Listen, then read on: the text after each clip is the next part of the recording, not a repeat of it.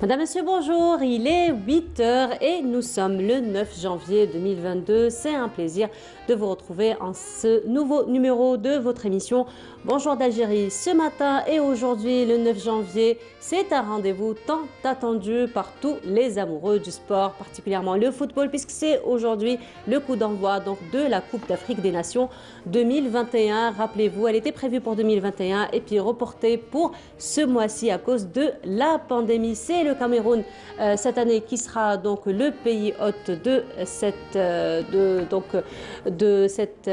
Coupe d'Afrique des Nations pour la deuxième fois après que le Cameroun a été déjà pays hôte en 1972. Nous allons revenir un petit peu sur les préparatifs et les grosses attentes particulièrement du score de l'équipe nationale. Et Nabila Abada sera parmi nous ce matin, nous emmènera du côté de Tamanrasset. Cette fois-ci, elle nous fera découvrir des bijoux Tergui, mais cette fois-ci, ce ne sont pas les bijoux Tergui que nous connaissons, donc juste à base d'argent, mais ça va être des bijoux Tergui qui sont faits à base d'argent, mais aussi de pierres semi-précieuses. Et aussi, Soumaya Zerwali sera parmi nous ce matin. Elle nous emmènera où elle sera accompagnée d'un chef cuisinier. Cette fois-ci, Soumaya s'intéressera à l'art culinaire. Meriem Oussaïd aussi sera parmi nous ce matin. Elle nous parlera de l'importance des réaménagements des espaces verts. Vous le savez, entre hier et aujourd'hui, ce sont les assises nationales de la santé qui sont en train d'être organisées entre hier et aujourd'hui. Donc beaucoup d'attentes par rapport à la réforme du système de la santé en Algérie. Sarah Cherif sera parmi nous ce matin pour revenir un petit peu sur les ateliers et aussi les thématiques qui sont en train d'être débattues et particulièrement les attentes et les recommandations auxquelles nous attendons à la fin de ces assises. Voilà un peu pour le menu de ce matin, mais avant de commencer, ce sera les nouvelles du ciel en compagnie de Friel Cheikh.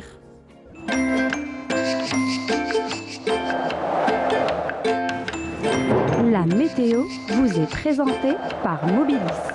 Mobilis, أينما كنتم. Et Friel est parmi nous ce matin. Bonjour Friel. Bonjour Abonol. Comment ça va? Ça va très bien. Froidement? Un petit peu. Un petit peu. Voilà. Un petit peu. C'est vrai qu'on a eu un week-end bien ensoleillé, mais plutôt froid. Ça va continuer? Oui, ça va continuer. Un peu plus de détails en votre compagnie? Allons-y, merci à vous. Bonjour aussi à tous ceux qui nous regardent ce matin. Excellent réveil, ravi de vous retrouver. Comme d'habitude, eh bien pour aujourd'hui, on attend un temps venteux. La journée sera marquée par un temps venteux qui soufflera. Le vent soufflera près des côtes ouest et centre jusqu'à l'est du pays. Beaucoup de brouillard au lever du jour près des côtes ouest. Le soleil reprendra le dessus au fil des heures. Nuages et soleil se partageront le ciel vers le centre. À l'est, le temps sera variable. Encore une fois, quelques faibles pluies résiduelles, quelques flocons de neige continueront vers les hauteurs de l'est. Et puis sur la partie sud, rien à signaler. Le soleil sera très présent avec quelques soulèvements de sable au Sahara central jusqu'au Nord Sahara. En passant plus tarder aux températures, les voici donc effectivement. Le temps s'annonce relativement froid avec le retour de la neige. Il a neigé. Donc les températures forcément vont baisser sensiblement, surtout vers l'intérieur du pays. Il fera 7 cet après-midi à Al-Bayad, 9 à Batna, Guelma, Relizanch. Le on attend 16 degrés à Oran, 13 à Nabas, Kikda, 15 à Alger, 17 à Tlemcen. Au sud, 15 aussi pour Hassim Saoud ou Ledjilal, Ghardaya, 12 à Elizi, entre 16 et 15 au Sahara central, 13 à Janet, 18 à Tamanrasset et enfin entre 22 et 24 pour l'extrême sud. Place à présent à l'état de la mer pour cet après-midi. Donc nous aurons une mer forte, très agitée, avec des vents assez forts qui varient généralement entre 50 jusqu'à 70 km/h au centre ainsi qu'à l'est. Une mer peu agitée à l'ouest avec des vents qui varient généralement entre 40 et 60 km/h. Avant de nous quitter, place ce matin à l'Europe.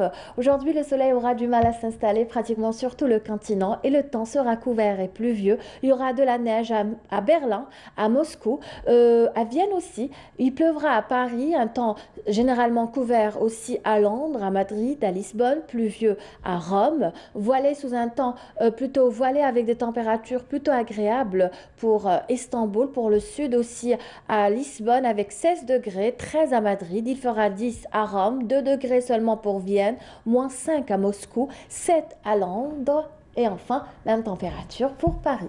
Merci pour votre attention. J'aurai le plaisir de vous retrouver au courant de cette journée pour notre envol du ciel. À tout à l'heure.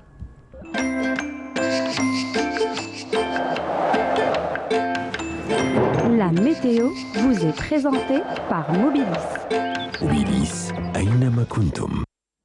On pourra bien profiter de la neige dans les hauteurs. Alors. Voilà, tout à fait. Et surtout, pas de plongée sous-marine, pas de sortie en mer. On a vu que la mer était bien agitée. La journée d'ailleurs sera marquée par un temps venteux. Donc, voilà. Et puis ce sont des températures saisonnières. Exactement, voilà. Merci beaucoup Feliel. Je vous en Feliel, prie. on se retrouve tout à l'heure après le journal télévisé du midi, après celui de 19h, demain à partir de 8h pour Bonjour d'Algérie. Avec grand plaisir. Merci beaucoup Feliel, bonne journée à vous et on continue. Pause musicale, cette fois-ci ce sera en compagnie de Mehdi Laifaoui qui nous interprète.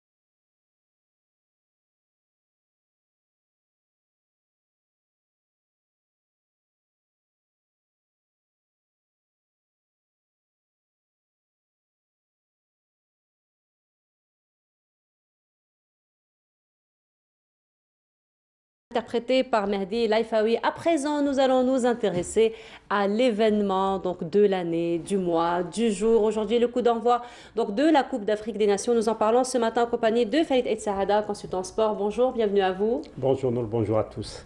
Bienvenue à vous encore une fois. Donc aujourd'hui, ça va être le coup d'envoi. C'est le Cameroun, donc le pays hôte. C'est la deuxième fois finalement qu'il abrite, qu'il organise la Coupe d'Afrique des Nations. Oui, après 50 ans. La première fois, c'était 1972. Là, il retrouve l'organisation de la Coupe d'Afrique. Quoi que ça a été au forceps, parce que bon, le Cameroun a été désigné il y a plusieurs années pour abriter cette édition. Bon, la précédente édition, mais à cause de problèmes organisationnels, parce que initialement, le Cameroun avait postulé pour une Coupe d'Afrique à 16 nations, mais puisque la CAF a augmenté le nombre de participants à 24 nations, donc il n'était pas prêt pour l'édition 2019, elle a été délocalisée en Égypte. Là, il a eu le temps de construire de nouveaux stades. Oui. Là, il est prêt pour organiser la Coupe d'Afrique 2021, reportée jusqu'à Voilà, 2022. qui a été reporté, C'est effectivement. tout béni pour l'équipe nationale, puisque l'équipe nationale a gardé le trophée 2 ans et demi, plutôt que 2 ans. Il y a eu beaucoup de spéculations sur cette Coupe d'Afrique parce que la FIFA, sous la pression de plusieurs grands clubs européens qui ont des joueurs africains de talent, voulait reporter et même annuler cette Coupe d'Afrique des Nations. Et malheureusement, avec la complicité de certains pays membres de la Confédération africaine de football, heureusement que les pays africains, la majorité des pays africains dans l'Algérie se sont élevés contre cette tentative et ont réussi à maintenir l'organisation de la Coupe d'Afrique des Nations parce que c'est une question de souveraineté tout simplement. Il ne faut pas être à la porte des Européens, même dans le sport. Et donc voilà, la Coupe d'Afrique débutera aujourd'hui avec la participation sur le papier des meilleures nations africaines. On souhaite tout le succès pour l'équipe nationale algérienne qui sera appelée à défendre son trophée. Inch'Allah. Alors, on rappelle que c'est la 33e édition donc, de la Coupe d'Afrique des Nations. Alors, vous l'avez si bien dit, donc, il y a eu quand même, l'Algérie a pu garder le trophée 2 ans et demi et surtout bien se préparer à cette compétition. Nous avons déjà vu le score, on va dire, euphorique de la coupe arabe, n'est-ce pas? Et donc ça a donné un petit peu le temps aussi à l'équipe nationale de bien se préparer encore une fois à ces compétitions, d'autant plus que le premier match que l'Algérie disputera, ce sera après-demain, le 11. Oui, bien sûr. Avant l'édition 2019, l'édition victorieuse de l'Algérie, l'équipe nationale s'était préparée au Qatar avec 3 matchs amicaux disputés là-bas. Ça avait bien marché puisque par la suite, l'Algérie a pu triompher en Égypte. Djebel Belmadi a refait le même schéma de préparation au Qatar, mais à la différence, c'est qu'il n'y a eu qu'un seul match amical. Il y avait un deuxième de prévu, mais il a été annulé parce que l'équipe adverse n'avait pas pu aligner une équipe complète à cause de la Covid-19. Bon, un match amical, c'est peu, mais c'est quand même beaucoup mieux parce qu'il y a des sélections comme l'Égypte qui n'ont disputé aucun match, comme la Tunisie qui avait programmé un match qui a été annulé. Au moins, l'Algérie a pu disputer un match encore contre le Ghana, un des favoris. Il a pu le gagner 3-0 aisément. Donc, on peut dire que la préparation, compte tenu de tous les aléas, a été plutôt réussie. Maintenant, il reste la vérité du terrain. Ce mardi, à 14h, heure très, très piégeuse.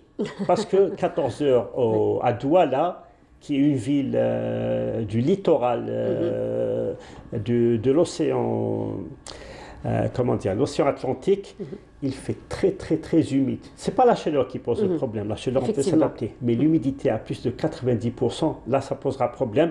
C'est la seule rencontre que l'Algérie disputera à cette heure-ci, c'est-à-dire à 14h.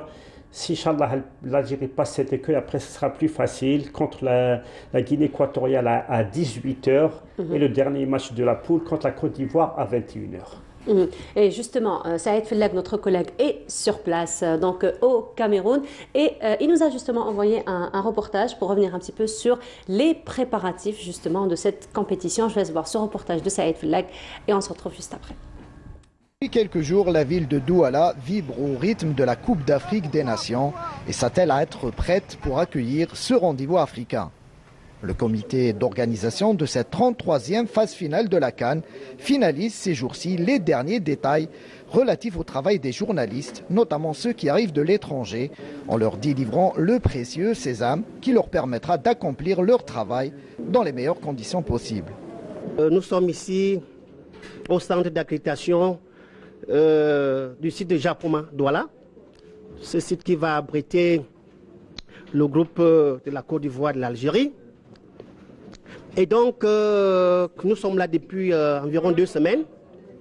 Nous avons été avant-gardistes, c'est-à-dire que nous avons voulu commencer un peu plus tôt pour éviter les encombrements de dernière minute. Donc, depuis le 20 décembre, nous y sommes. Et nous accréditons en moyenne 500 personnes par jour. Pour garantir la réussite de cet événement continental, la présence des volontaires est plus que nécessaire. L'engouement de la population locale est au rendez-vous. Le football m'intéresse beaucoup, notamment lorsque notre pays est inclus dans l'événement. Donc c'est une chance pour nous et c'est une grâce en fait pour nous de pouvoir accueillir cet événement, surtout que ça n'arrive pas tous les ans. Tout ce que je peux dire, c'est que tout le Cameroun est en pleine effervescence. Les gens sont contents, heureux. Déjà, c'est un grand plaisir d'accueillir toute l'Afrique au Cameroun. La dernière fois que cette grande messe du football africain s'est tenue, c'était en 1972, je n'étais pas encore né. Et pour moi, faire partie de l'histoire, la nouvelle génération du football africain, du marketing, la nouvelle vision du football, c'est un honneur, c'est un réel plaisir. Douala est fin prêt. Vous voyez le stade de Japoma qui accueille déjà l'Algérie. Il y a une très belle confrontation Algérie-Côte d'Ivoire que nous attendons impatiemment. Et le stade est fin prêt. Actuellement, il y a quelques travaux de propreté. Vous avez vu les routes aux alentours, comment en termes d'accessibilité, ça se passe plutôt bien. Quelques heures seulement nous séparent du début de la CAN et ici au Cameroun, les préparatifs vont bon train pour accueillir ce rendez-vous africain. Tous les journalistes internationaux ainsi que les volontaires ont récupéré leur accréditation pour faire de ce rendez-vous africain justement une vraie réussite ici au Cameroun et faire de cette CAN une fête du football africain. De Douala, Saïd Felak pour Canal Algérie. Voilà, c'était donc un reportage de Saïd Felak que nous retrouverons dans les prochaines éditions du journal télévisé, mais aussi de Bonjour d'Algérie pour avoir plus ample information donc du déroulement de la Coupe d'Afrique des Nations le coup d'envoi est prévu pour aujourd'hui. Alors on rappelle que l'équipe nationale est arrivée au Cameroun hier soir. Oui, aux alentours de, c'était 21h50. C'est à cette heure-là que l'avion a atterri à l'aéroport de Douala. Bon, l'équipe nationale s'est déplacée au complet. Initialement, le déplacement devait se faire jeudi, c'est-à-dire au lendemain du match amical contre le Ghana. Mais après concertation avec le staff médical, le sélectionneur Djebel Mladi a jugé utile d'octroyer 2 jours de récupération supplémentaire aux joueurs pour qu'ils arrivent frais, d'autant plus que les règlements le permettent. L'essentiel, c'est d'être sur les lieux 2 jours avant le premier match de l'Algérie, c'est-à-dire aujourd'hui, parce qu'il y a des tests PCR qui sont effectués pour voir qui sera apte à jouer et qui ne sera pas apte. Maintenant, bon, les agents sont dans le vif du sujet.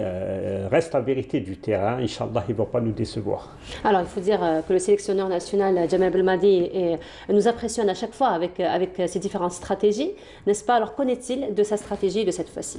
Bon, là, ce sera très différent de 2019. En 2019, personne ne donnait cher de la peau de l'Algérie. Déjà, l'Algérie n'était même pas citée parmi les favoris, puisque 2 ans auparavant, en 2017, elle a eu une déconvenue à la Coupe d'Afrique qui s'était déroulée en Guinée, si je me rappelle bien, en Guinée-Bissau, au Gabon, pardon. Donc, l'Algérie était venue juste comme ça, en figurant, et l'Algérie a surpris tout le monde. Mais maintenant, tout le monde attend à l'Algérie de pied ferme, d'autant plus qu'elle est vaincue justement depuis cette Coupe d'Afrique des Nations. À ce jour, l'Algérie n'a pas été battue. Donc, la mission de tout le monde est d'essayer de faire tomber l'Algérie. Voilà. Deuxièmement, donc, on va dire que l'équipe nationale a une plus grosse responsabilité. Bien sûr, bien sûr. Moi, déjà, 2019, c'était un exploit. Mais pour moi, le vrai challenge, c'est de remporter la Coupe d'Afrique 2021, c'est-à-dire en 2022. Cette année, pourquoi? Parce que l'Algérie est attendue. Parce que l'Algérie est à battre. Parce que l'Algérie va jouer dans des conditions plus difficiles qu'en Égypte. En Égypte, les infrastructures étaient impeccables. Le climat se rapprochait de celui de l'Algérie. Mais là, au Cameroun, les terrains ne sont pas tous dans un bon état. Le climat, capricieux, ce n'est pas parce qu'il y a de la pluie, mais surtout, je répète, c'est l'humidité. Ce n'est pas juste la chaleur. Donc, tous ces aléas font que le véritable exploit, Inch'Allah, sera de remporter cette édition pour l'Algérie. Et qu'en est-il donc de la stratégie de Belmadi de cette fois-ci? La stratégie, on l'a vu à travers le match contre le Ghana, c'est-à-dire se reposer sur les titulaires habituels, ne pas trop changer parce que le schéma de jeu, c'est le 4-3-3 avec peut-être une variante à 4-2-3-1. Mais c'est de jouer à l'offensive et d'être solide derrière.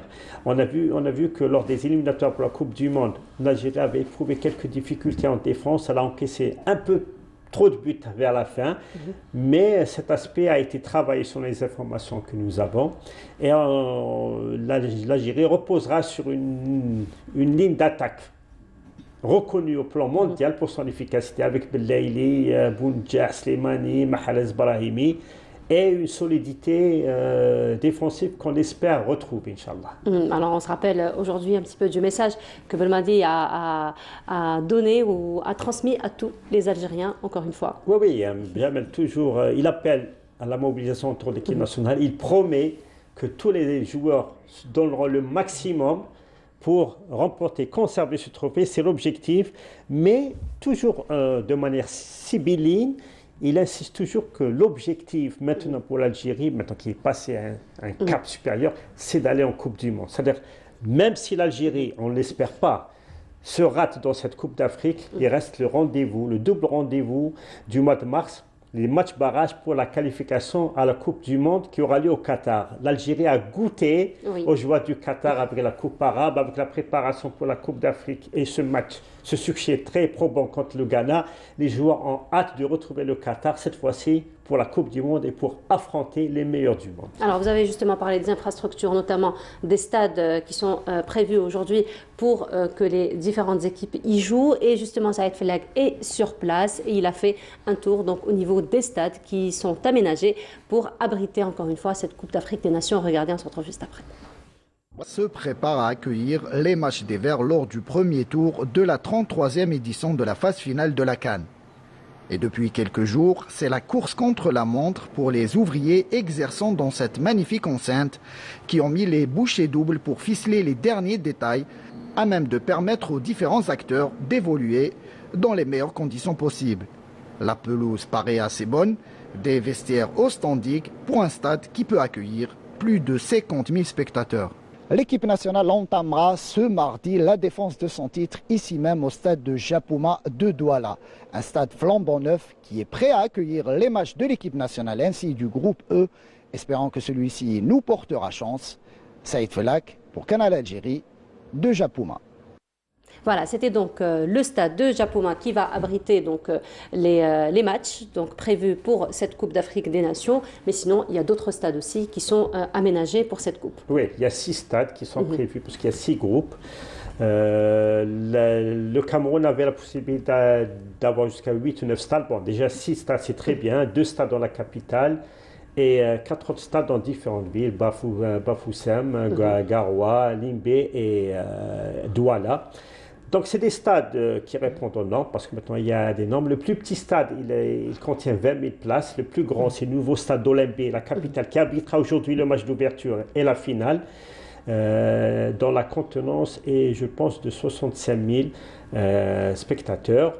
Bon, c'est ça, déjà le but des Coupes d'Afrique, c'est de permettre aux pays africains qui abritent cette compétition de construire de nouvelles infrastructures, de renouveler les infrastructures anciennes, pour être maintenant à la page avec des stades modernes, des terrains aux normes, des vestiaires aux normes, Internet, des loges pour les VIP, etc. Et là, on voit à travers le stade Japouma, un stade vraiment flambant neuf qui a été construit en 2019 et qui répond à ces normes. On espère maintenant que la vérité du terrain sourira à la sélection nationale. Alors, parlons de sélection nationale justement. Et qu'en est-il du moral de la sélection nationale? Non, le moral est au beau fixe. Quand on gagne contre le Ghana, qui est un des ogres de l'Afrique, par 3-0, encore sans forcer, et sans la présence de 3 titulaires, qui sont Mahrez, Farouli et Ben Amri, bien sûr, on ne peut être qu'optimiste. Mais maintenant, voilà, est-ce que ce seront les mêmes conditions? Parce que le Qatar, ce n'est pas le Cameroun. Moi, ce qui m'inquiète un peu, moi, je ne m'inquiète pas sur le niveau de l'équipe nationale. C'est-à-dire sur le papier, on peut jouer sur n'importe quel terrain en bon état, on peut battre toutes les équipes. Mais dans des conditions climatiques différentes, avec l'humidité, avec des terrains pas toujours au top. Bon, Japouma, c'est bon. Oui. Mais déjà selon Saïd Fellag dans un de ses envois, il a dit que le terrain d'entraînement est en meilleur état que le terrain principal. Voilà, donc c'est déjà un petit inconvénient. Mais maintenant, l'Algérie, les joueurs algériens se sont habitués à jouer sur des terrains médiocres et gagner. On l'a vu lors des éliminatoires de la Coupe d'Afrique des Nations, en Tanzanie, au Botswana. On l'a vu en éliminatoire de la Coupe d'Afrique, de la Coupe du Monde au Niger. Et également contre j'ai oublié, le Djibouti, voilà, c'est-à-dire que même quand ils jouent dans des terrains en mauvais état, ils peuvent s'en sortir. Même à ce moment, le stade Tchaker était en mauvais état et ça n'a pas empêché l'Algérie d'y gagner. Donc voilà, c'est des conditions sur lesquelles il faut s'habituer. Et quand on est le meilleur et qu'on aspire à rester le meilleur, il faut savoir battre les meilleurs. Voilà, effectivement, et d'autant plus que toute la population algérienne est derrière cette sélection nationale, effectivement. Et sinon, donc, le premier match est prévu pour le 11. Le premier match de le premier match de la compétition, c'est ce soir. Ce soir, à 17h, c'est Cameroun contre le Burkina Faso, avec déjà des cas de Covid, entre parenthèses, pour les joueurs de Burkina Faso. Le deuxième match, ça sera à 20h entre l'Éthiopie et le Cap-Vert. Pour l'Algérie, entrée en lice, Inch'Allah, mardi à 14h heure algérienne, qui est également l'heure camerounaise, contre la Sierra Leone. C'est le match le plus difficile parce que c'est le premier match, c'est toujours difficile d'entrer en matière et surtout à une heure inhabituelle. Il n'y aura que très peu de matchs qui se joueront à 14h. Et malheureusement, l'Algérie a hérité d'un de ces matchs. Mais c'est juste, comment dire, dans la conduite, c'est le démarrage en côte. Voilà. Il faut savoir démarrer, après, ça sera plus facile. Après, ça sera plus facile. Quelles sont un petit peu vos attentes de ce premier match? Qu'en-est-il un petit peu déjà de la performance de l'équipe de Sierra Leone? Bon, déjà, compte tenu, moi, l'Algérie est arrivée juste 3 jours avant ce premier match. Il n'y aura pas un temps conséquent pour s'acclimater, déjà gagner les 3 points. Vous savez, en phase éliminatoire comme ça, c'est de gagner. 3 points, c'est dire bon pour le moral. Ça fait craindre, enfin, ça se fait respecter devant les adversaires. Et c'est bien de commencer par une victoire, pour ne pas douter, pour ne pas avoir à courir après les résultats. Donc, gagner, même s'il n'y a pas la manière. Parce que déjà, dans des conditions pareilles, la Sierra Leone, qui n'est pas très loin du Cameroun, est habituée à ces conditions de jeu. Donc, ils seront plus adaptés que nous au climat.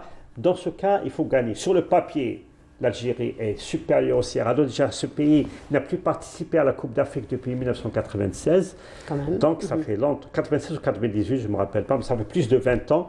Donc, l'Algérie a plus d'expérience. Mais dans ce genre de match, gagner, et l'Algérie peut le faire, même avec les remplaçants. Voilà, mais comme dit si bien le sélectionneur national, il ne faut jamais sous-estimer son adversaire. Oui, c'est ce qui fait la force. Pourquoi l'Algérie, on est à 34 matchs sans défaite?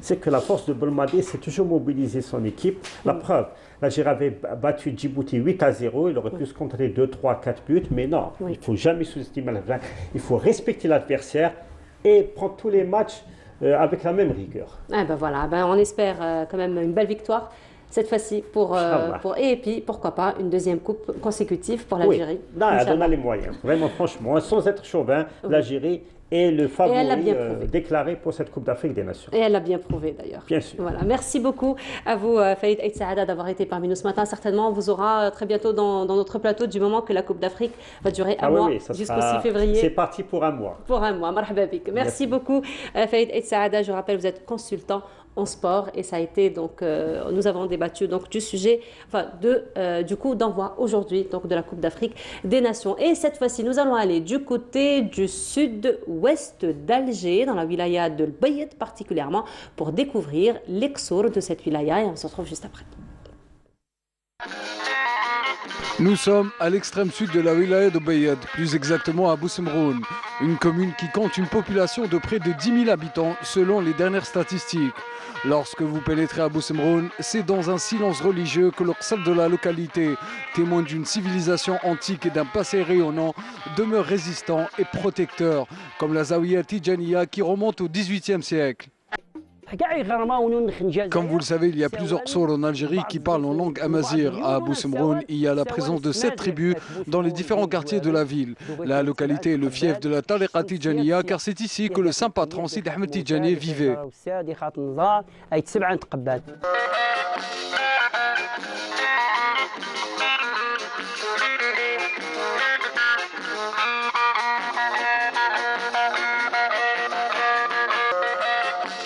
Lors de notre passage, nous avons eu le plaisir de découvrir les chants et poèmes retraçant le passé glorieux de la région, soigneusement conservés par ses habitants et perpétués de génération en génération.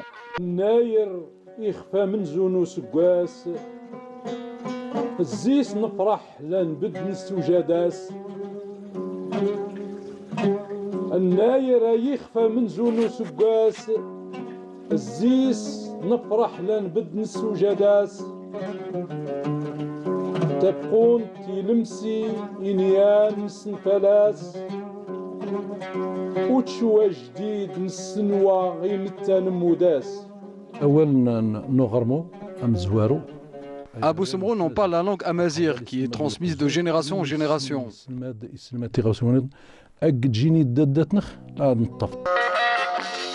L'architecture du Qsad de Boussemroun est en parfaite harmonie avec l'esprit du bâtiment saharien. Ils se font dans le décor et restent en accord avec les traditions et les valeurs morales de la région. Et voilà, donc là nous étions du côté de l'Bayed, c'est un reportage de Raouf Hamouch qui nous a fait découvrir les Qsor de la wilaya de l'Bayed. Nous étions au sud-ouest d'Alger, cette fois-ci nous allons aller du côté extrême du sud-est d'Alger pour aller à Taman Rasset. J'ai bien peur pour mes 50% ce matin. Bonjour Nabila. Bonjour, bonjour. Comment ça va? Du jour, bonjour. J'ai adoré Boussemroun, moi aussi, j'avais fait une émission là-bas. C'était, je garde un souvenir incroyable de cette région. On a l'impression que c'est une maquette avec la région de Boussemroun. C'est resté tel quel, avec les pavés, son qsar et tout. Ça m'a rappelé des souvenirs. Elle est magnifique cette région. Oui. Tu savais que ma toute première émission avec la télévision, c'était Boussemroun. Ah bon? Oui. C'est pour ça que ça t'a porté chance. Ouais, ça m'a porté beaucoup de chance. Ça j'avoue. Non, c'est une région assez particulière. En fait, chaque région a ses spécificités, a ses particularités. Et à chaque fois qu'on part, on laisse un petit bout de nous là-bas et on revient. Même à travers juste des images, tu me prends mes 50%, tu les laisses là-bas. Oui, avec les 50%. 50% direct. Non, mais c'est vrai, c'est agréable. C'est très agréable. Justement, aujourd'hui, tu vas nous emmener à une autre région aussi, tout à fait, on va dire, particulière. Oui. Taman Rasset, bon, on va pas aller sortir le grand air et tout. Déjà, j'allais oublier, bonne année, meilleurs vœux. Bonne année, meilleurs vœux. Je t'ai dit 50% de on s'est pas vu. Voilà, pour ta famille et la réussite et ton sourire. Je le garde toujours. Bien sûr, il faut le garder. Donc tu vas le garder. 50%. Regardez les 50%. Bonne année, meilleurs vœux à toi. Et donc cette fois-ci, tu nous emmènes à Taman Rasset. Donc comme tu nous as dit, on ne va pas découvrir la ville telle qu'elle ou les alentours, mais on va aller à la rencontre d'artisans. D'artisans et les femmes vont adorer de quoi je vais parler. C'est la chambre d'artisanat des métiers de Taman Rasset. Pour ça c'est pas glamour jusqu'ici, mais c'est l'école de taille de pierres semi-précieuses. Donc voilà, on a une multitude de pierres semi-précieuses sur toute la région. Et je dirai pas plus, j'en dirai pas plus. On va découvrir déjà le reportage qui est alors ce reportage était prévu pour Escapade. D'accord. Donc du Bédénar.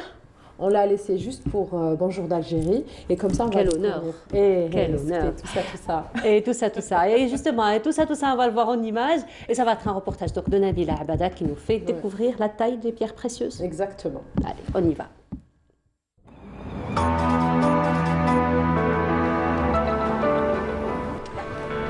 Dans le domaine de l'artisanat, je viens voir Monsieur Abdallah, directeur. Abdallah El-Graoui, مدير غرفة الصناعة التقليدية والحرف لولاية تمن راست. Très bien. Donc directeur de la chambre de l'artisanat et des métiers. De la wilaya de Taman Rasset. De la wilaya de Taman Rasset. On va voir ce qu'il va nous faire découvrir. عندنا هذه مدرسة نموذجية للنحت على الأحجار الكريمة.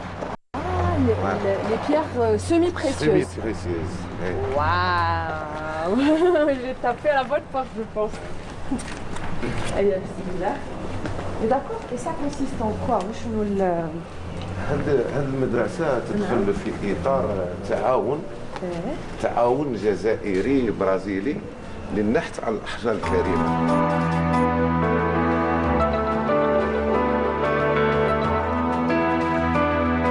علاش نعيطوا لهم سيمي بريسيوز؟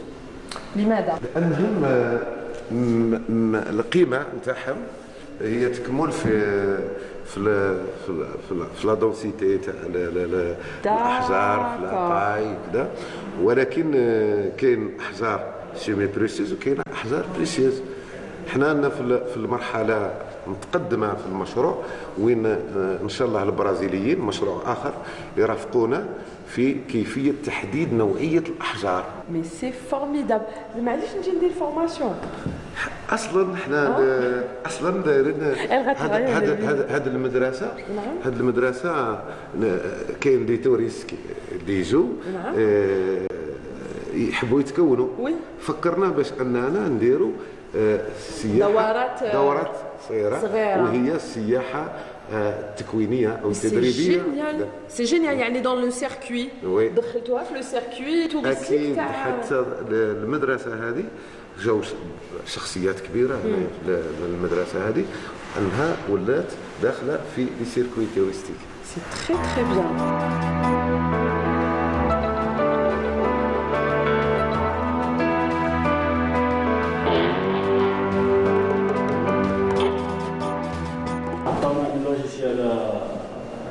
Elle est trop belle la bague.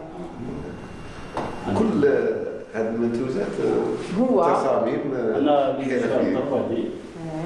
ومن بعدين هنايا ندخلوا ليديسان اللي كان يخدم ليديسان وجابها معنا. هذا الديسان تاعك؟ الديسان تاعي. يعطيك الصحة.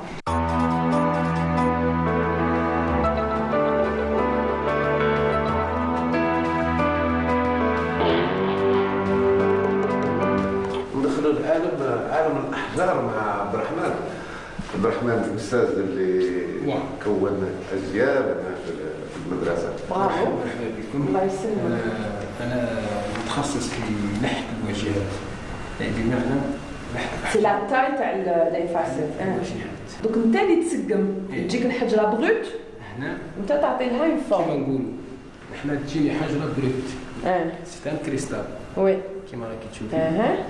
رايحين نعطوه الشكل مبدئي باش نخدم اي حجره. داكور. مبدئي باز. داكور. مثلا هذه شكل دائري تاع الحجر. داكور. ومن بعد هذه المرحله الاولى بالماشينه هذه نرجعوا بهذا الشكل. سوبر. المرحله الاولى. المرحله الثانيه رايحين نجوا لهنا. المرحله الثانيه رايحين نفيكسوا الحجر بتاعنا مثلا في لي سيبور هذا. نروح للمرحله الثالثه. شحال مثلا هذه هنا خدمه متربص. نستاجر تقريبا كملها. واو. وانا دوكا راهي حجره كامله غير تتنح وتنحط فوق اي حاجه. راني في 58 ولايه تقريبا كلها راهي قرات عندي في 5 ماشينات هذه. درك مثلا نقول دائما سيراميك لي ماشين يخدم كيما هكا يعيا وساتا مومون.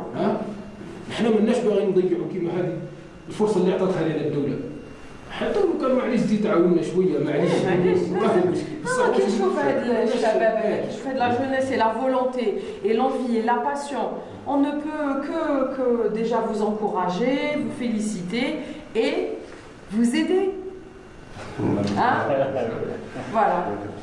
Bon, bah écoutez, alors je vais vous dire quelque chose. Alors je suis très bien avec les.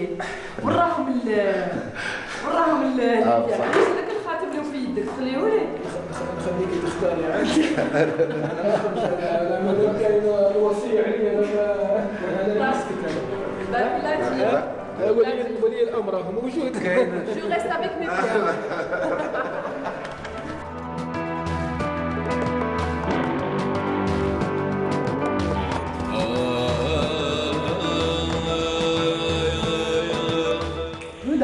شو لا نبيلة دخلتي الكفر فوق حوستيهم كاع وقعدتي. واش ندير عندك لي بيير سيمي بريسيوز دو توت لي كولور دو توت لي تاي تخيري tu façonnes. شتي كيفاش يفاسون كومون يديسين. J'adore ta réaction quand tu es rentrée. Oui. Alors c'était l'expression, alors c'est l'expression dialectale par excellence. بلعتي لسانك c'était Non, mais tu dors dans une chambre, il y a plein de pierres semi-précieuses. Elles sont même pas précieuses, mais qu'est-ce qu'elles sont belles, bien façonnées. Et j'ai adoré faire ce petit tour, voir les étapes, découvrir les étapes pour façonner un bijou. Mais ce qui est intéressant, Nabila, excuse-moi, d'ailleurs, tu en avais parlé en compagnie de tes invités dans ton reportage, ce qui est très intéressant, c'est le fait finalement de penser à introduire dans le circuit touristique finalement un petit stage pour les touristes. Exactement. Vraiment pour mettre la main carrément à la pâte et découvrir de plus près la confection des bijoux. Mais c'est ça, j'ai adoré l'idée. J'ai adoré l'idée parce que oui, il y a ceux qui viennent juste comme ça pour visiter, ça devient juste pour découvrir comment on fait des bijoux. Mais pour les touristes, que ce soit locaux et étrangers, beaucoup le font.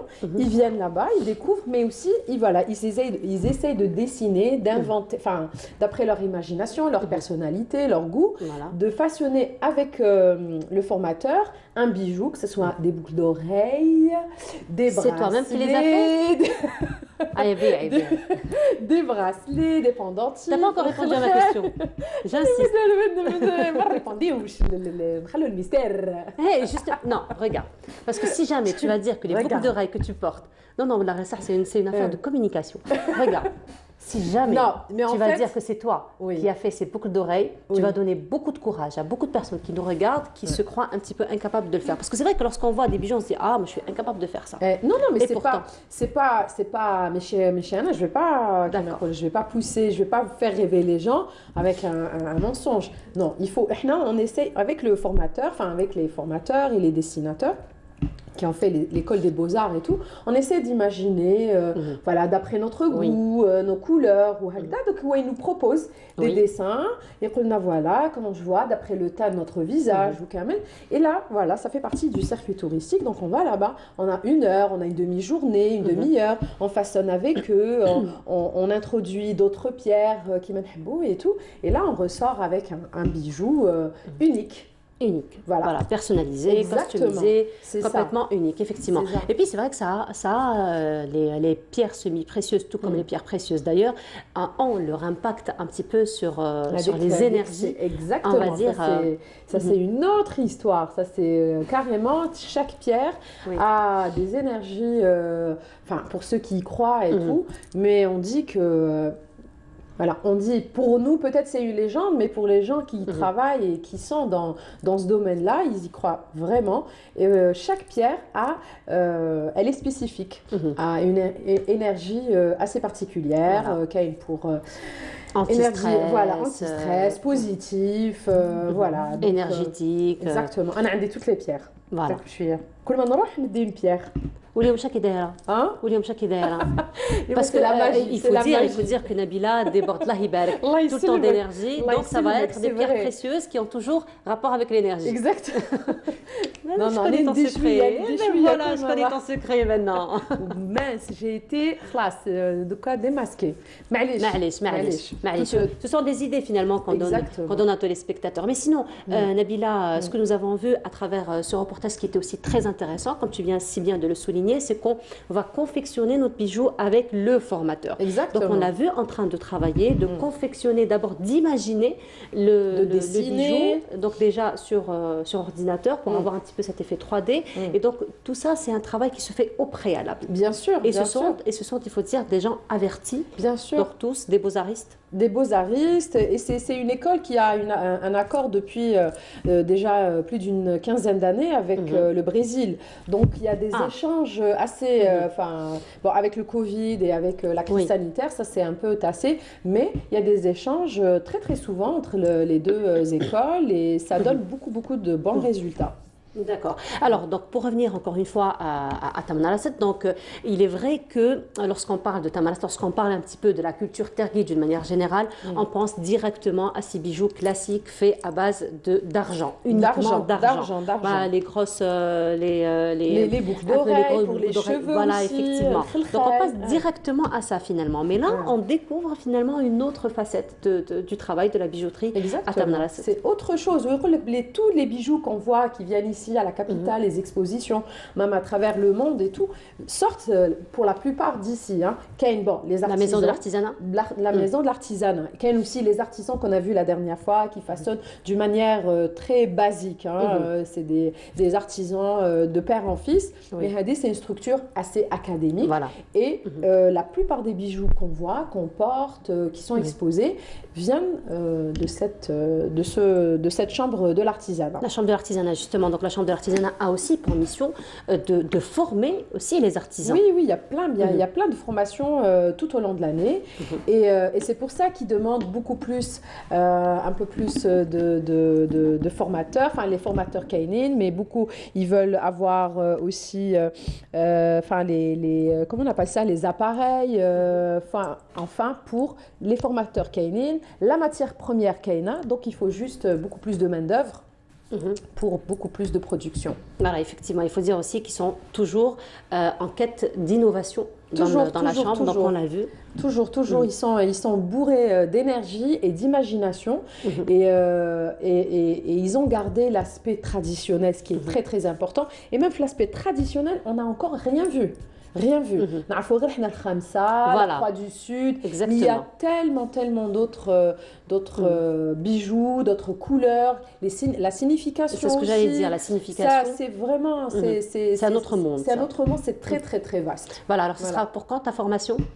Ce sera pour كيف نقول لك لا لا نقول لك لا التياب العلمي تعطينا كونجي ولا حتجي معنا سيرمون امل واش قلتي تجي معنا نروحوا لها une dizaine de jours هذا ما كان ça suffit واش نديروا نروح في بونجور دالجيري لا نديروا دي ديريكت من تماك فوالا اي فوالا دو بيير دو mauvaise fréquentation. Non, c'est une bonne fréquentation parce que là tu nous proposes finalement de faire des directs carrément de là-bas. Ça serait super. Avec le réalisateur. Je s'occupe de tout, tu s'occupes de rien. Je s'occupe de rien. Avec le réalisateur. Avec moi aussi je suis partant. Il dit, خلاص هيا معنا. خلاص l'équipe déjà. خلاص ندو معنا حنان. On s'occupe de rien. هاي شريفة قالت لك ماما نجي. كملي خلاص je s'occupe de tout. Tu s'occupes de rien. Tu s'occupes de rien. Il y a pas de souci. نروحوا نديرو هيا من درك la feuille de route. عندي déjà la feuille de route. On va faire plein de bivouacs aussi. Ça va faire plaisir à tout le monde. Et tu seras notre guide. Il n'y a aucun souci. Je suis bien orientée. On sera bien orienté. Je suis là, je le promets. Alors, Nabila, juste encore une fois, tu vois que les 50%, mais elle le temps. Oui, même la région, on a les 50%. Chaque dimanche, nous enlève les 50%. Pour bien commencer la semaine.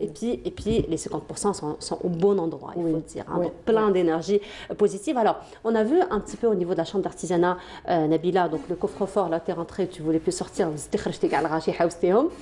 Donc, ce sont des pierres de la région. Oui, de la région. Ce sont des artisans eux-mêmes qui vont à la recherche de ces pierres. Ça se passe comment? Oui, c'est ce qui se passe. En fait, c'est des artisans, c'est des gens aussi qui sont formés pour aussi.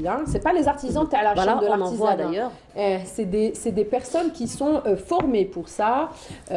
Quand il y a vous savez, des fois c'est par chance. Généralement, ce sont des géologues géologues et aussi par chance parce que des fois quand on construit des routes ou quand on et on trouve des gisements incroyables et on trouve l'image est très très belle. Elle très représentative. On voit un petit peu la différence de couleur, exactement, de nature, de texture aussi. C'est ça. Donc on en trouve des fois rien en se baladant bien sûr à l'extérieur de la ville de Tamanrast et tout, on trouve comme ça des pierres, on croit que c'est juste des pierres mais non, c'est vraiment la nature.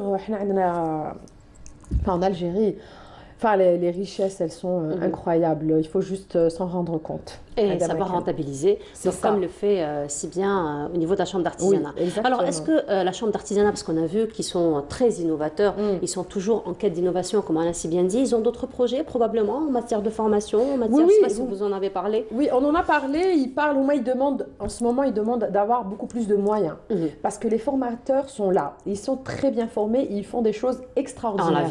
Ils ont beaucoup et énormément de demandes. Parce que, demande en matière de formation? Non, on demande de bijoux. De bijoux. Donc du coup, les formateurs sont là, les demandes sont là. Maintenant, c'est les moyens. Les appareils, pour dessiner le bijou, il y a un seul appareil. Pour le façonner, il y a un seul appareil. Donc ça serait bien d'avoir 2-3 appareils comme ça. Même à travers les chambres d'artisanat, les chambres d'artisanat, généralement, c'est dans chaque wilaya. Exactement. Mais voilà, chaque région a la spécificité. Effectivement. Le bijou, l'artisanat. تاعها. Mais à Taman Rast, ils demandent, enfin, on l'a vu, nous on est là, la demande y est, les gens viennent voir et demandent beaucoup plus avoir de bijoux, et donc ça serait bien d'avoir un peu plus de moyens. Un peu plus de moyens. Et voilà. pour tout ce qui concerne la formation et tout, avec le Brésil, ils ont des échanges continuels et ça se passe très très bien. Ils sont contents. Voilà. On leur souhaite beaucoup de réussite, une belle continuation. On les embrasse. Et puis à très bientôt. D'accord. انت قلت ماشي انا قلت سلام. Moi je te prends au mot. Je te prends au mot. Je leur dis à très bientôt, je te prends au mot. À très bientôt pour partir à table. Oui. لا à très bientôt ليك, à très bientôt pour partir à table. هيا امل يلا. امل سعيد شريفه. يلا كامل نروحوا حنان voilà effectivement. On y va inchallah. Ben voilà, سمعتي ah ouais, راهم كاع في لا régie ah ouais. Mais là tu s'occupes de tout hein. Je s'occupe de tout, vous s'occupez de rien. خلاص انا نديكم. Eh ben voilà, merci beaucoup Nabila encore une fois pour cette magnifique escapade. Encore une fois, de nous avoir fait découvrir l'artisanat finalement d'un autre angle parce qu'on s'est habitué finalement à ces bijoux très classiques. Très bien. Très maintenant, simples. quand on voit ces Et bijoux, pourtant, on les voit d'une autre manière. D'une autre manière, effectivement. Voilà. Merci beaucoup Nabila. Dimanche prochain, je ne serai pas là. Tu seras où? Je vais escapader. où? نروح الجلفة. Oh, Djilfa, les hauts plateaux magnifiques. Oui. Région. Exactement. Il faut voir le visage de Nolouda. تجي معايا أرواحي هيا نروح عطي لهم quelques jours. فيها بالعاني صباح الله. On a pour bien démarrer et la matinée et la semaine. On donne beaucoup d'énergie, on fait rêver les gens. Hagda pour bien attaquer la semaine. Effectivement, on te dit belle escapade. Merci. À la wilaya de Djilfa, qui est une magnifique wilaya, vraiment très très riche, particulièrement en vestiges archéologiques. Très bien. Voilà, de traces de dinosaures aussi. Et oui, voilà, la passionnée de dinosaures. La passionnée de préhistoire, de paléontologie, et voilà. Merci beaucoup Nabila, ça a été un plaisir. Merci. Chaque dimanche, on se retrouve donc l'autre dimanche. Voilà. Inch'Allah. Tu nous emmèneras à Djilfa? Oui, on sera en plein montage, mais en attendant, il y aura Taman Rast qui va passer, Escapade Taman Rast qui va passer, je pense, les mardis, les lundis. Et peut-être qu'Amel, la Ghalbo, peut-être tu nous feras un Skype. Oui, Aïe chiche. Ben voilà, oui, avec plaisir. Ben voilà, merci beaucoup Nabila, on te dit bonne semaine à toi, bonne route. À toi, et belle escapade pour la wilaya de Djilfa, pardon. Voilà, à Gigel, donc, dimanche, ce sera pour un Skype, l'autre dimanche, tu seras Elle ne veut pas me lâcher, Nord. Elle ne veut pas me lâcher. 50%, je te lâche. Et voilà, et on continue. Cette fois-ci, nous allons aller à la découverte d'un paysagiste. Et c'est Adel Boukaz, parce qu'il l'a rencontré. On se retrouve juste après. On ne récolte que ce qu'on sème, un dicton que notre ami Hassan confirme au quotidien en s'adonnant à un travail qu'il affectionne. Pour lui, le métier de paysagiste est avant tout une passion qui a grandi au fil des jours, jusqu'à devenir une petite entreprise dédiée à la création et à l'aménagement des espaces paysagers.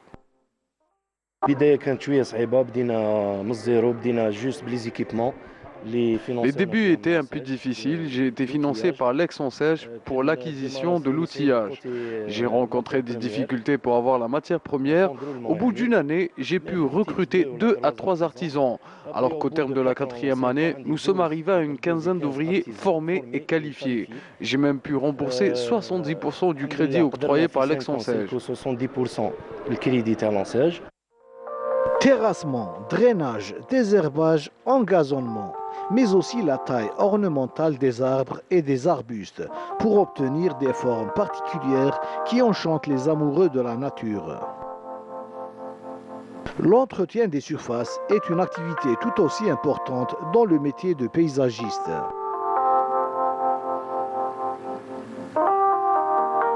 Et comme vitrine pour cette passion, Hassan a concocté une petite escapade florale. Le travail de la terre me fascine depuis mon jeune âge. Je suis fier d'épauler mon fils dans sa petite entreprise. C'est un plaisir aussi de voir mes enfants réussir dans le métier de nos aïeux. J'ai préféré les études parce que j'habite le métier. Je suis universitaire, mais cela ne m'a pas empêché d'aller vers ce métier que j'aime beaucoup. Cet amour, je le concrétise à travers un bouquet ou un cadeau qu'on confectionne et qu'on offre à nos clients. Un bouquet, juste un cadeau aux clients. Hassan a également lancé son propre atelier pour la fabrication de différents équipements pour aménager les espaces verts tels que le mobilier et les clôtures.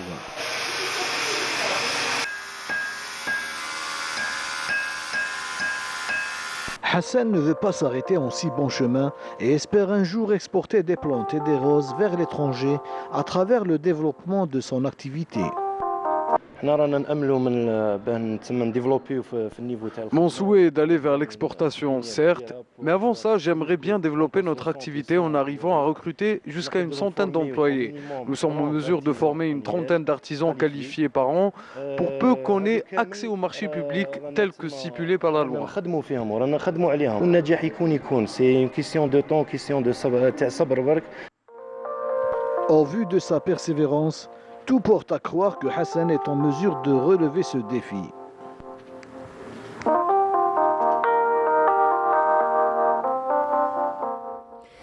Et de retour sur le plateau, c'était donc Adel Bouhames qui s'est intéressé à ce paysagiste et Mariam Oussaïd est parmi nous ce matin. Bonjour Mariam. Bonjour Nour. Comment ça va? Très bien. Très bien. Bonne année. Bonne année, meilleurs vœux Mariam. Merci à beaucoup de belles choses pour cette année, Inch'Allah. Voilà, alors Mariam, cette fois-ci on va s'intéresser un petit peu au réaménagement des espaces verts. Oui, au réaménagement et à l'aménagement aussi des espaces verts. L'aménagement et le réaménagement, effectivement. Oui, on peut faire les deux en fait.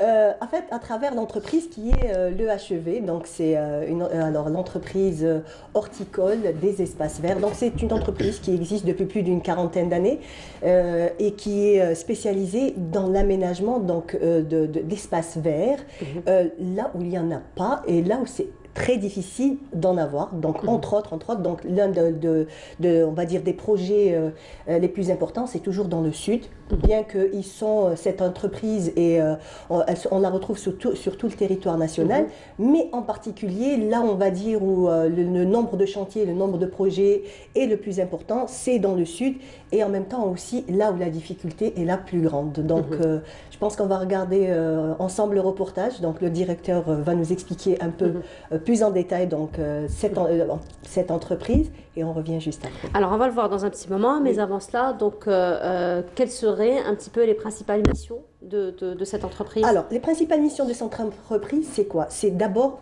de produire. D'abord, c'est la production de plants. Donc, tous les plants sont produits au niveau de l'EHEV et de toutes, on va dire, de toutes les autres petites firmes qu'il y a tout autour. Donc, c'est la production. Alors, et de plants d'aménagement, donc que ce soit arbres et arbustes, et en même temps plantes ornementales. Donc ça part de la petite fleur qu'on mettra, on va dire, dans le gazon ou faire comme ça des petites plates-bandes jusqu'aux arbres, donc les arbres ornementaux.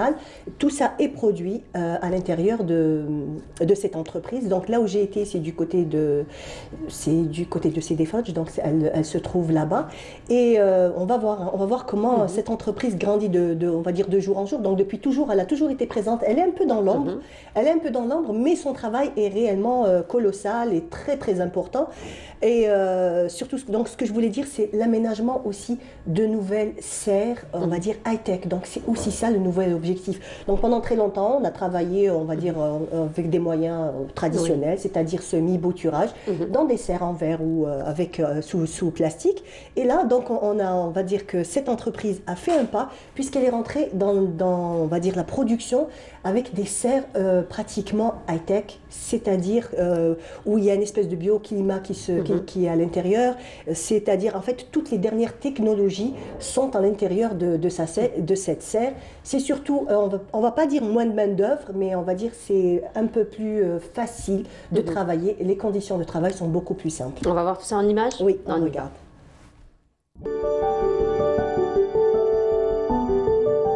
L'entreprise horticole et espace vert EHEV, filiale du groupe Génie Rural, offre un service complet d'aménagement et entretien des espaces verts.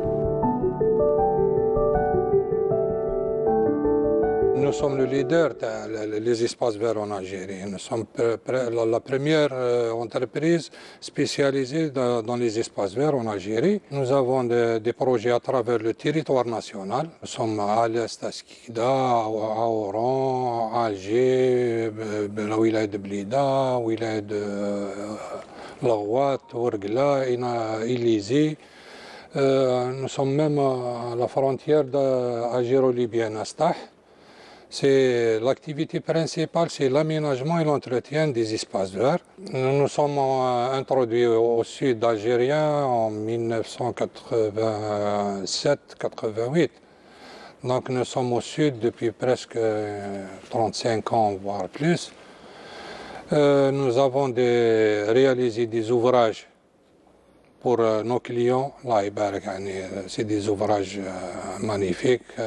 Nous sommes en train de gérer tout un patrimoine végétal au sud algérien. Avec le temps, on a pu faire une sélection de plantes qui résistent agréablement à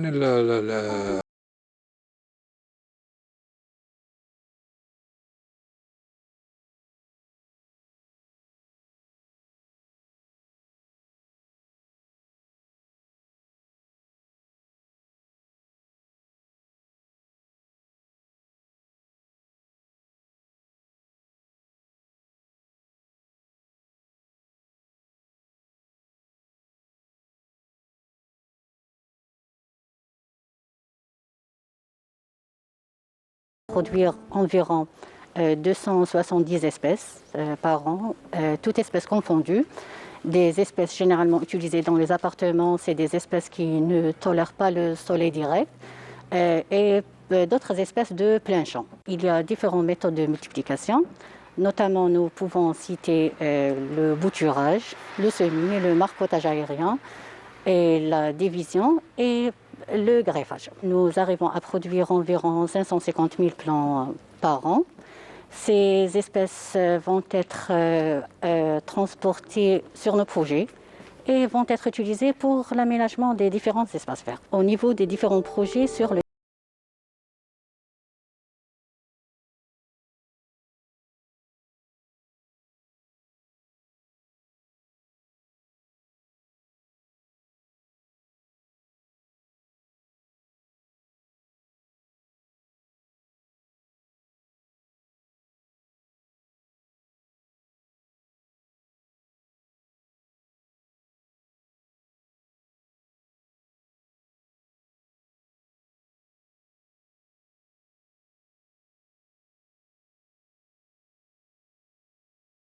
Multichapelle, elle est en exploitation depuis septembre 2021. Alors, récemment, on a commencé la production au mois de septembre. Voilà, c'est une multichapelle qui se compose de 2 chapelles. Une pour la nubilisation et l'autre pour l'acclimatation. La nubilisation, c'est pour la production des semis. Voilà. Et une fois le semis est germé, on le rempote ici à l'acclimatation, on le met ici pour qu'il s'adapte avec le microclimat de la multichapelle.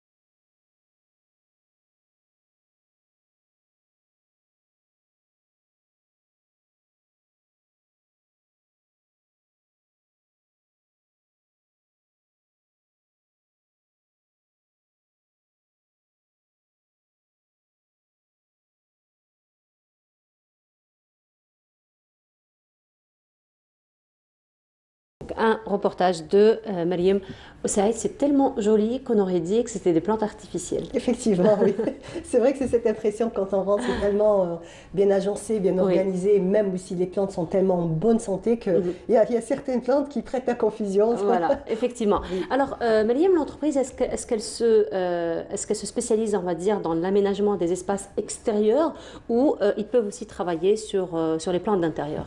En fait, ils travaillent en fait sur les deux. C'est vrai que, on va dire 80% de leurs projets sont surtout en extérieur, mais en fait, ils ont une partie où ils doivent aménager, par exemple, des intérieurs de ministères, des bureaux, des salles d'attente. Donc tout ça doit être verdi, et donc à travers toutes les plantes d'intérieur qu'ils ont, parce qu'en fait, ils ont, comme on l'a vu dans le reportage, il y a des plantes d'intérieur et d'extérieur. Donc ces plantes d'intérieur sont, on va dire, le but c'est de les mettre dans des bureaux, dans des ministères, dans des voilà, ce genre d'endroits. Voilà, mais sinon, quelles sont les différentes espèces qu'ils cultivent? Alors, on va dire que pratiquement toutes les espèces sont confondues, sont produites plutôt. Donc on a de la petite plante à fleurs annuelles, donc qu'on mettra comme ça, donc comme j'ai dit au départ, sur les plates-bandes, avec du gazon bien entendu. Il y a aussi le gazon qui est produit et qui est placé aussi. Mais comme on nous l'a dit donc, le directeur, M. Smaïl, on va dire que le plus grand des projets est dans le sud. Donc ce qu'ils ont fait, c'est qu'ils ont essayé d'acclimater avec le temps. Donc au fur et à mesure des projets, il y a d'abord des essais. Donc on vient, on aménage un endroit, on met les plantes. Mais après, au fur et à mesure, il y en a certaines qui ont résisté mieux que d'autres. Et ensuite, bon, il y a une sélection au fil du temps et aussi au fil de l'expérience. On sait très bien, par exemple, si on va à Taman Rasset, on sait quelle plante on va prendre et on va planter dans ces endroits-là. Donc quel genre de plante? Alors ça va être de toutes sortes de fécus, il y a des yuccas, il y a, comme je l'ai dit aussi, donc des petites plantes ornementales, mais généralement c'est toujours ça, donc c'est toujours des petits arbustes et aussi des arbres qui donneront de l'ombre, et toujours la petite touche fleurie parce que c'est obligatoire, il faut au milieu d'un peu de verdure, toujours un peu de couleur. Donc les annuels sont plantés, on va dire, toute l'année. Donc ce qu'ils essayent de faire, c'est qu'au fil des saisons, on a toujours des fleurs, que ce soit en été, en hiver ou en automne, de façon à fleurir tous ces projets-là. Voilà, mais sinon, si les particuliers veulent se procurer? Enfin, si les particuliers veulent se procurer, on va dire que non, c'est pas réellement le but de l'entreprise, mais en fait, c'est peut-être dans leurs objectifs prochains. Donc, ils ont l'intention peut-être de faire un showroom et aussi on va dire de pas toujours aller dans de gros projets, mais peut-être aussi de travailler comme ça avec les particuliers, pourquoi pas. Pourquoi pas, et pourquoi pas avec directement des pépinières qui seront un petit peu le relais entre cette entreprise et les particuliers. Merci beaucoup, Mariam. Merci. Encore une fois d'être revenue sur cette entreprise, donc horticole et d'espaces verts. Voilà, le HEV, c'est entreprise horticole des espaces verts. Voilà, merci beaucoup, Mariam. On se retrouve dimanche prochain pour une autre thématique. Inch'Allah. Merci. Et on continue, cette fois-ci, nous allons aller à la découverte d'une ferme aquacole, elle qui s'intéresse à l'élevage des moules et des huîtres, et c'est Melika Bellel qui s'était intéressée à ce sujet. On se retrouve juste après.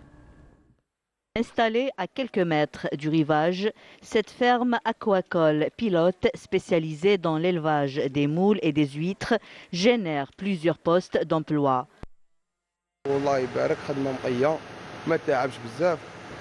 J'habite juste à côté et ça a été une aubaine pour moi de travailler ici. En plus, c'est un métier simple et pas trop fatigant. Je travaille avec une équipe professionnelle avec laquelle j'apprends beaucoup de choses sur l'élevage des huîtres et des moules. Nous avons préféré recruter les personnes habitant dans les parages, surtout les jeunes. Ils connaissent mieux la région, ils sont habitués au climat et connaissent les spécificités de la région. La majorité sont des pêcheurs et des marins. Ils sont plus prédisposés à exercer dans ce secteur. L'élevage aquacole, une expérience réussie vu la qualité et la quantité des huîtres et des moules produites dans cette ferme dont la particularité réside dans l'emplacement de l'élevage qui se fait en mer ouverte. Cette région est connue pour être une région côtière. Nous avons à notre niveau 8000 inscrits, tous des marins et des pêcheurs. Pour la majorité, ils sont nés ici et ils n'ont jamais quitté cette région, ce qui veut dire qu'ils ne peuvent pas travailler ailleurs. Ce genre de ferme aquacole va leur ouvrir d'autres perspectives de travail. Nous avons par ailleurs un dispositif qui accompagne ces jeunes dans le domaine de la formation. Nous avons aussi une école de formation dans l'élevage aquacole et de la pêche à Cherchal. Des projets similaires intégrés, adaptés aux spécificités de chaque région, ont été créés à travers le pays en vue de promouvoir l'investissement aquacole.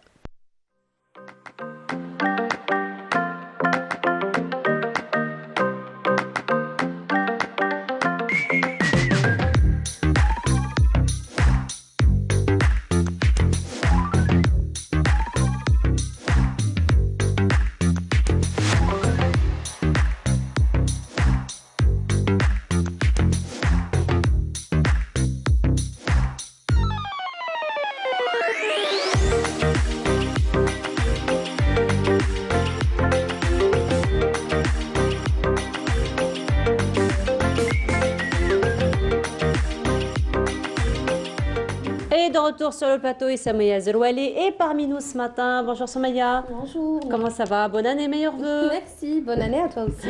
Merci beaucoup Samaya. Alors aujourd'hui, on va s'intéresser beaucoup plus à la gastronomie, à l'art culinaire. Exactement. Et tu seras avec ton invité. Oui, et Slimane Saadoun est là pour revenir sur la gastronomie algérienne. Vous êtes donc chef, doublement étoilé d'abord. Bonjour, bienvenue à vous. Bonjour, bienvenue à vous. Bonjour, merci, c'est très gentil. Voilà, oui. Alors, la cuisine, c'est un métier, mais bien sûr, c'est d'abord une passion qui a été transmise par votre papa, qui vous a été transmise par votre papa et qui a commencé il y a longtemps. Vous n'aviez à l'époque que 14 ans. Oui, très bien. Oui, la cuisine, c'est une passion d'amour.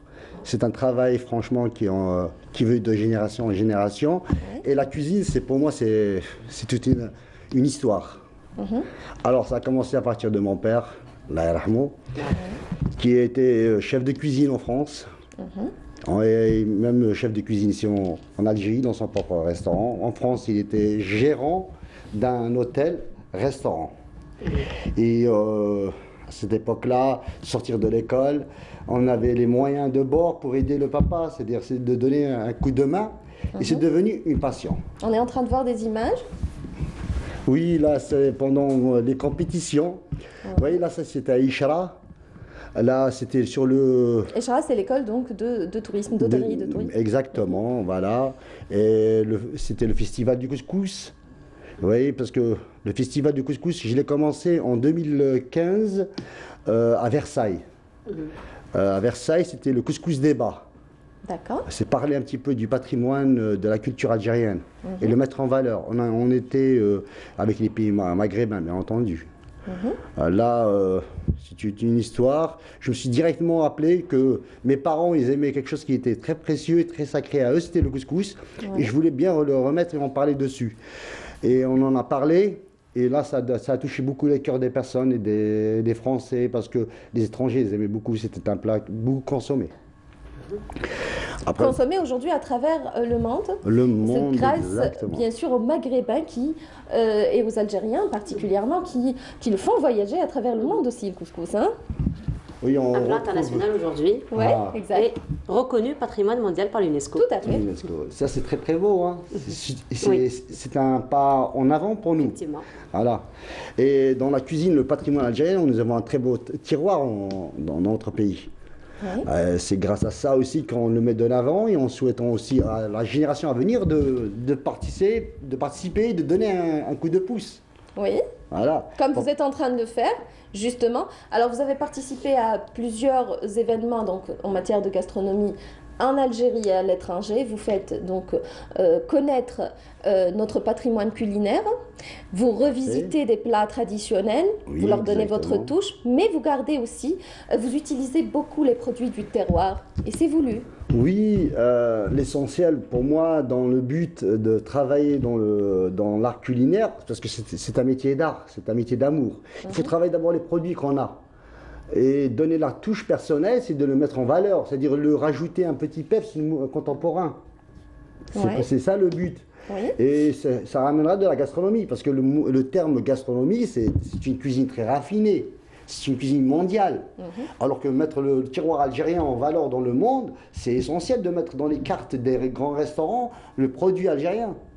Comme vous voyez, j'ai travaillé même le couscous mhamsa de la maman. À l'époque, la maman, je me rappelais, elle faisait le mhamsa avec un œuf dur, vous voyez. Moi, j'ai pensé à tout ça et le remettre en valeur. Et ça a touché dans le monde. Et c'est pour ça qu'en France, j'ai pu travailler avec Nicolas Gauthier. C'est un restaurant doublement étoilé. Oui. 2 étoiles au guide Michelin. J'ai travaillé, ça c'était à Lambersat, en 2015. Et en 2016 avec Julien Diaz, le restaurant Le César à Marseille. On a décroché 1 étoile. On parle de ça, c'est-à-dire travailler les 4 mains de chefs de différentes cultures, de tiroirs différents, et afin de promouvoir la cuisine et réussir à challenger. Moi, je suis quelqu'un qui fait beaucoup de challenges. Dans vos créations, d'ailleurs. Bien entendu. Et arriver à faire quelque chose de commun entre 2 cultures différentes en cuisine. Eh oui. C'est quelque chose. Ah oui, c'est quelque chose. C'est quelque chose de passionnant. C'est quelque chose qui me touche à cœur parce que moi, je ne dors pas.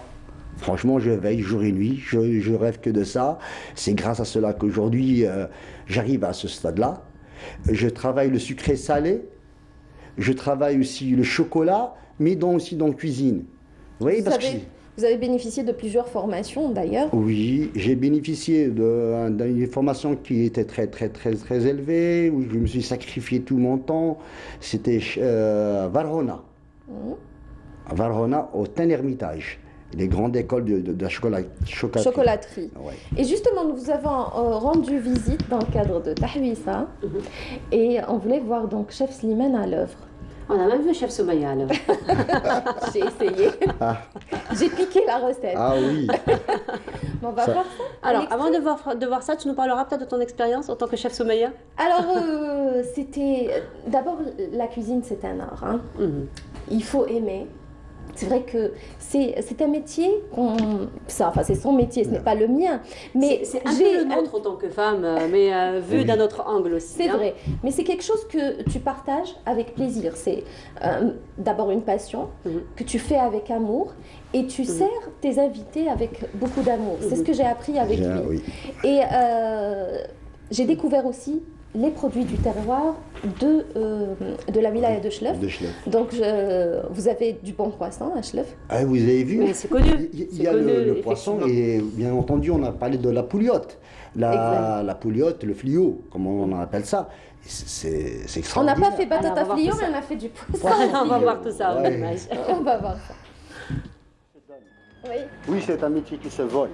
Oui, voilà. C'est vrai. Mais c'est un métier c'est une passion qu'on partage. C'est du partage, c'est de l'amour. On a en face de nous des convives. Ouais. C'est tous ces clients qui viennent, il faudrait franchement les faire voyager. Et c'est l'amour de cuisine que vous partagez avec les autres. Voilà. C'est comme la maman avec leurs enfants. Exact. Et voilà. Toc. Et pique. Ça marche. Allons-y maintenant. On va aller au chaud. Je prends les gants, hein. Ah oui, il faut mettre les gants. D'accord. Et moi aussi, je prendrai un. Là. Ici, vous avez. Ici, dans la cuisine. Oui. Et, la bactérie vit tout quotidiennement. Pour cela qu'on prend des gants et tout ça. D'accord. Alors, je suis destination touristique. Hein. Ah, Marlebeko. Je suis équipée, moi aussi. Ah, tu es équipée en total, hein. Ouais. Mais la seule chose que tu ne sais pas, à Chlef, on a quoi? On a le poisson. On a le poisson de roche. D'accord. Moi, comme j'ai fait la côte d'Algérie, de l'Est à l'Ouest, j'ai beaucoup découvert dans la mer. C'est ma patience. À Chlef, qu'est-ce que j'ai découvert à Tunis? J'ai découvert une variété de poissons de roche. D'accord. D'accord, c'est riche. J'ai commencé à travailler, à penser que de quoi les chefliens aimaient. Et automatiquement, c'est le poisson. Alors nous, aujourd'hui, je t'invite, on va préparer un poisson. Oui. Une recette, une création. D'accord? Parce que je sais bien que tu es gourmande. Oui. Alors, dans cette recette, si tu nous gourmandises, que même nos convives qui nous regarderont, ils vont voir qu'à Chlef, on fait découvrir, on fait savourer la joie de l'amour de la mer. Et on mange du bon poisson. On mange du bon poisson. C'est noté. Ah, comment je t'ai préparé un bon loup. D'accord. Voilà. تحكيليش على le goût après. Ah, c'est C'est une tuerie. Tout simplement. Alors, nous n'avons pas pu voir la recette intégrale, mais on la verra durant l'émission Tahwissa. Exact, qui est disponible d'ailleurs sur YouTube. Vous n'avez qu'à taper Tahwissa Canal Algérie. Vous aurez différents numéros, dont celui-ci. Recette où du vous chef. allez découvrir la recette du chef. La recette du chef. Elle a participé. Hein. Elle Ça a va mis ah, oui. Vous donnez Le la filet. note. La note, la De note. travailler le filet. Elle a Et travaillé la le note, vous lui donnez une note? Oui, je lui donnerai une note parce que franchement, elle fait ça par amour. Quand on parle, c'est un métier que la maman c'est l'essentiel. Comme je remercie ma mère beaucoup, là, c'est un métier qu'on fait par amour. Vous voyez, quand vous travaillez pour vos enfants, c'est pareil. Je vous ai bien précis qu'il faudrait le poisson pour le travailler en filet. Ce n'est pas un miracle, c'est de travailler par douceur. On lui donne de la tendresse. On aime cette pièce-là. Alors on voit là Soumaïa à l'œuvre. À l'œuvre, voilà. Soumaïa massacrant le. Non, Soumaïa bien encadré. Soumaïa bien encadré. En tout cas, c'était un beau filet à la fin qu'on a eu.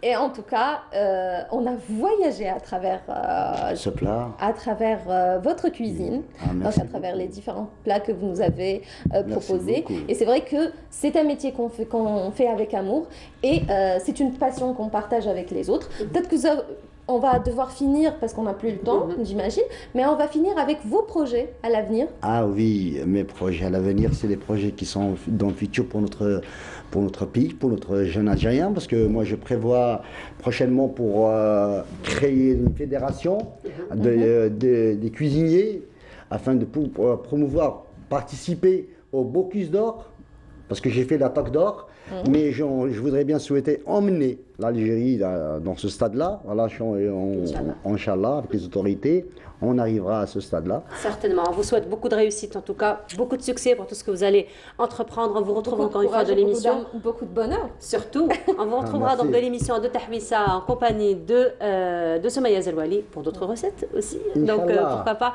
Merci beaucoup, en tout cas, Slima Saadou, chef cuisinier, d'avoir été parmi nous ce matin. Soumaïa, merci beaucoup.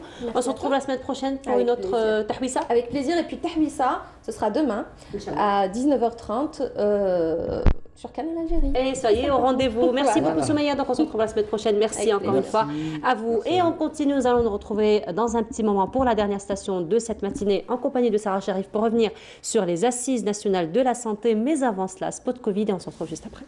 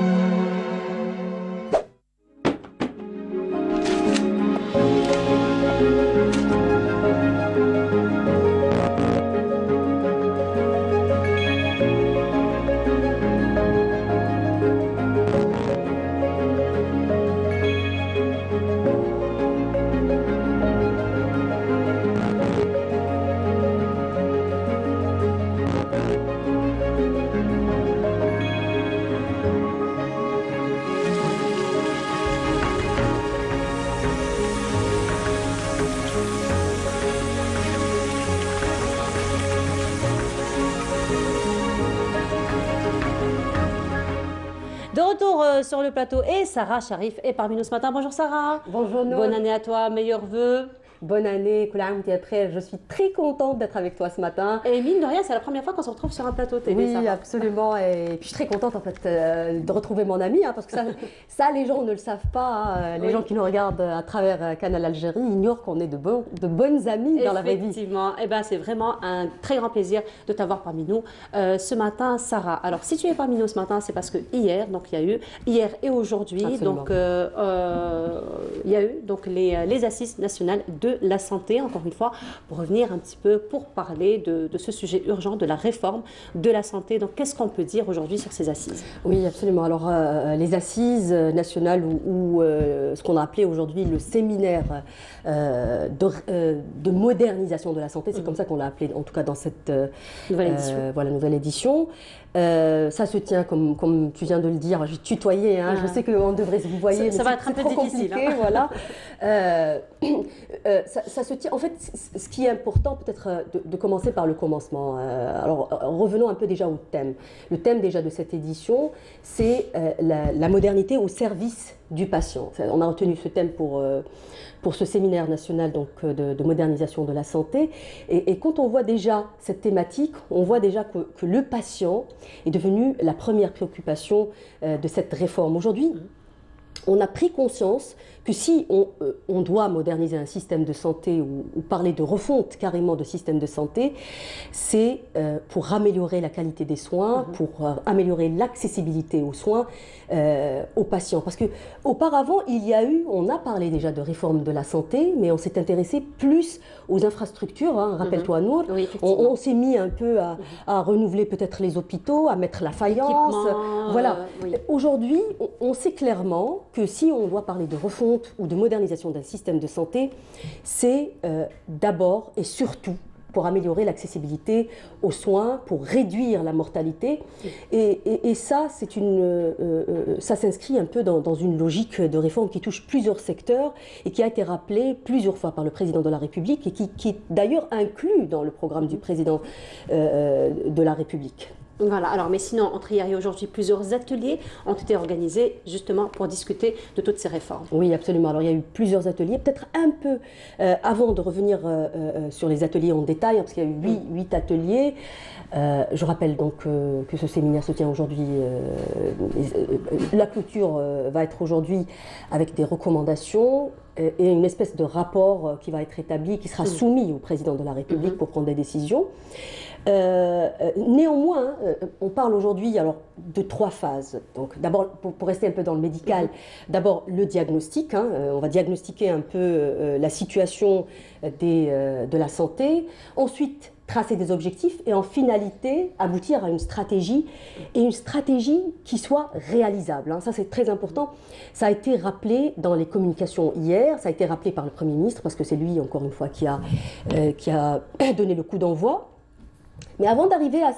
quand on parle de ces 3 phases, donc diagnostic, objectif et stratégie, on comprend tout de suite que tout cela n'a pas été fait en 2 jours. C'est un travail de longue haleine qui a été déjà préparé auparavant par la tutelle en collaboration avec les partenaires sociaux, donc les associations, les sociétés savantes, les syndicats bien sûr. Il y a eu des assises régionales et des assises au niveau des wilayas et dans lesquelles, parce que quand on parle d'assises nationales, les préoccupations, j'ai envie de dire, ou les besoins au niveau d'Alger ne sont pas forcément les mêmes besoins qu'on voit à Oran ou dans le sud du pays. Donc voilà, il y a eu déjà un travail de proximité pour aboutir aujourd'hui à ces assises nationales. Pour revenir à ta question, Nour, donc les ateliers, oui, il y a eu 8 ateliers. Je vais rappeler un peu, en gros, les thématiques qui ont été retenues donc, pour les ateliers. Alors, en premier lieu, il y a eu la prévention, l'atelier prévention et promotion de la santé. Ça, c'est un point très important. Hein, la prévention et la promotion de la santé, c'est un pilier, en principe, de la stratégie sanitaire. Dans tous les pays, les systèmes les plus performants, ce sont les systèmes qui ont un bon système de veille, c'est-à-dire un bon système de prévention, parce que quand on prévient, d'abord, ça coûte moins cher, et ensuite, on réduit considérablement les taux de mortalité dans la prise en charge quand on prend les maladies en amont. Et là aussi, on a eu un acquis pendant cette Covid, je n'ai pas envie de dire que la Covid, il y a du bon dans une pandémie qui fauche des vies. Néanmoins, cette pandémie nous a permis quand même de faire la lumière sur ce qui ne va pas, en exaspérant peut-être les dysfonctionnements de notre système de santé. Donc il y a eu un acquis qui est l'agence de sécurité sanitaire qui est présidée donc aujourd'hui par le professeur Senhadji et qui est, même si aujourd'hui peut-être elle n'est pas complètement dans l'efficience, elle sera en principe en tout cas dans quelques temps opérationnelle et elle remplira sa fonction de prévention. Ensuite, donc on va rappeler que c'est un acquis donc pour la société, pour le patient aussi. Sarah, tu reviendras avec un peu plus de détails demain dans ton émission en compagnie de tes Tu voudrais invités. pas qu'on passe rapidement sur Très les ateliers rapidement parce que là, on nous appelle déjà pour donner le mot de fin. Oui, alors les ateliers, très donc il y a eu la gestion des établissements sanitaires, la profession et personnel médical, ça c'est très important aussi, la formation, le financement de la santé, les médicaments, le système donc de formation, de numérisation et puis la politique de planification. Et, Voilà, en gros, et on rappelle qu'on reviendra avec un peu plus de détails en compagnie de tes invités demain à partir de 18h30. Non, 18h. 18h en direct. 18h en direct. Merci beaucoup, C'est Sarah, moi. d'avoir été parmi Ce nous fut ce un matin. plaisir. Le plaisir est partagé. Nous arrivons à la fin de notre émission. Merci beaucoup de nous avoir suivis. Radia Boulmaali sera en votre compagnie demain à partir de 8h. Agréable journée à tous. Au revoir.